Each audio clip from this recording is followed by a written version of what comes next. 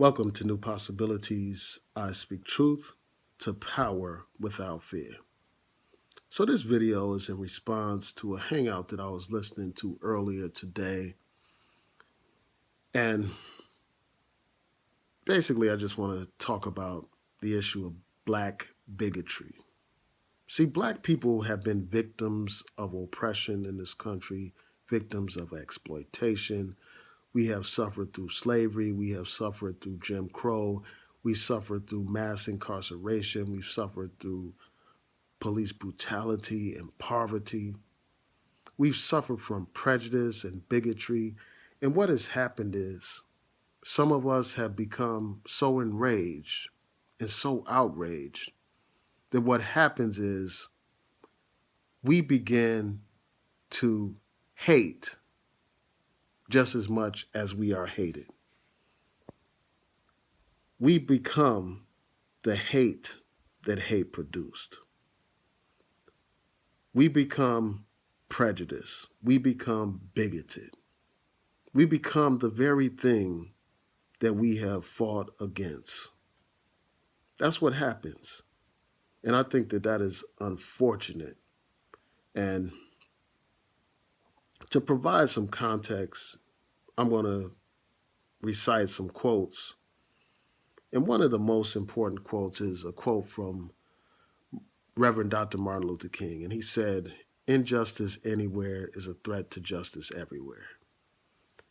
And that's a broad approach to the world's problems. I mean, a lot of us have become so alienated and so filled with hatred that we no longer have compassion that human beings should have.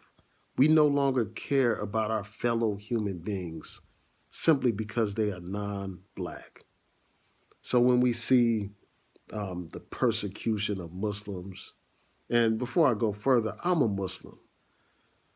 But when our people see the persecution of Muslims, when they see this blatant discrimination towards Muslims, they say, well, those are those Arabs over there. This has nothing to do with black people, so who cares? Or when they see immigrants being discriminated against, when they see a man characterizing Mexican immigrants as rapists and criminals, some of our people are so filled with bigotry that they can't even express any kind of compassion in that situation. As a victim of prejudice, it seems like we would identify with other victims of prejudice, but some of us have become so hate-filled that we don't even care about our fellow human beings. We don't care about immigrants. We don't care about other groups that are adversely affected by the same right-wing government that oppresses us, by the same intolerant politician that has no respect for black people. So often people, they want to talk about the Black Panthers, for instance. A lot of them talk about the Panthers and they express their admiration towards the Black Panthers. But the Black Panthers were not racist. They were not bigots. They did not hate white people to the same degree that many of these people who present themselves as pro-black do. In fact, Bobby Seale said, "You don't fight racism with racism. The best way to fight racism is with solidarity." And the Black Panthers, they practiced what they preached. They formed coalitions with other groups of people. They formed coalitions with the radical left, including many white radicals. They formed coalitions with Latino groups. They formed coalitions with Asian groups. And in fact, they set up Black Panther chapters abroad. So they had a broad perspective. They were in solidarity with the Vietnamese people who were victims of America's wars.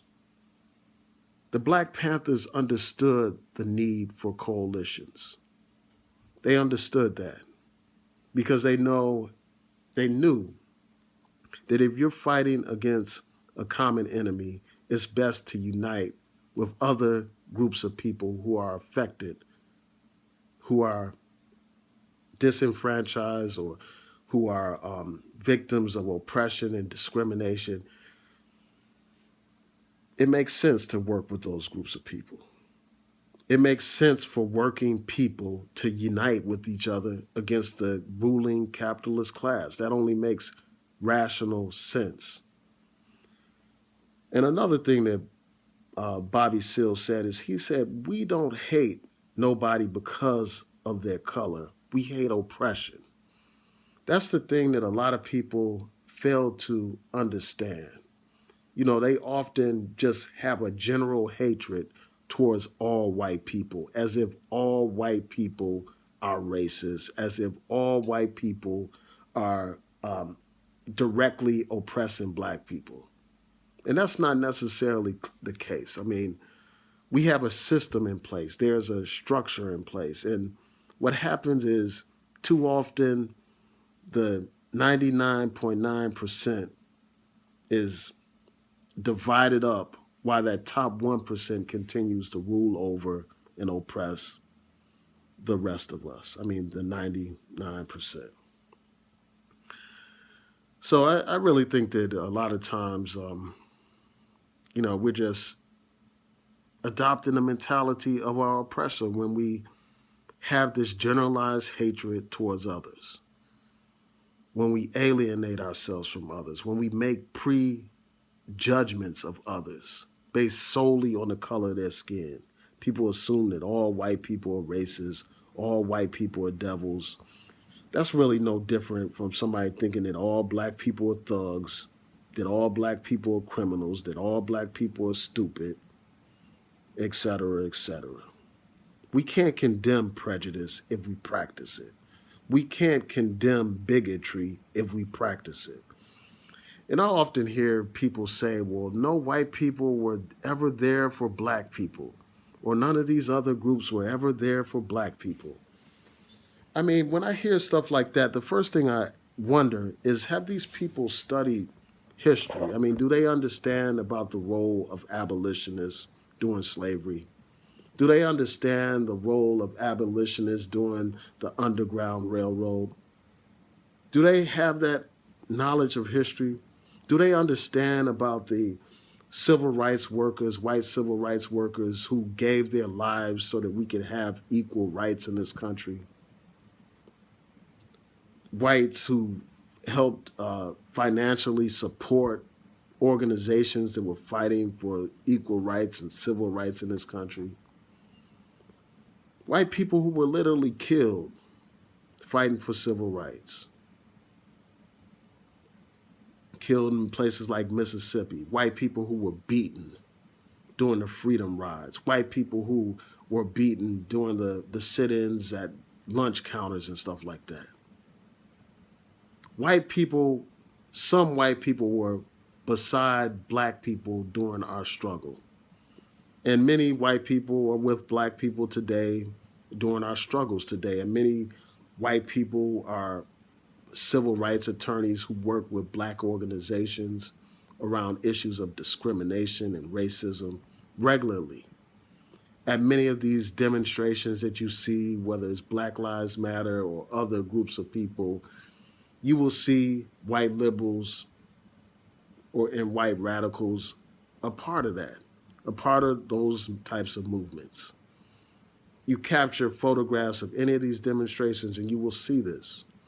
So these people who say that nobody else is there for us when we're in trouble or when we're suffering oppression, these people are simply wrong. They are simply exaggerating about the situation. So that's important to point out. I mean, the fact of the matter is, it only makes sense to work with others who have some common interests. And one of our common interests, whether you're an immigrant group or whether you're an African American group or Muslim group or a women's rights group, all of these groups have been targeted by this extreme right that is now um, in the White House and now dominates Congress.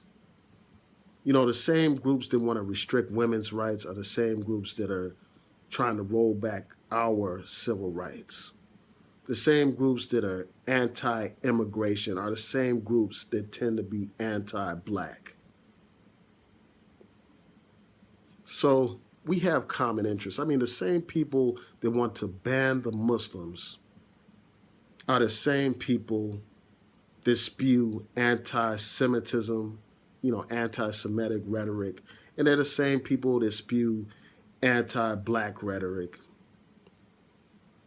you know, that law and order and racial profiling and all that kind of stuff.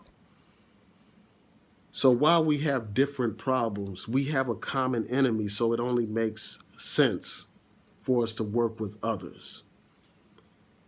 We are letting, you know, unfortunately, people are letting their emotions get in the way of reason. They are missing an opportunity to work with others to fight against a common enemy around common interests. This is not about some abstract love or anything like that. It's about real politics, real common and shared interests.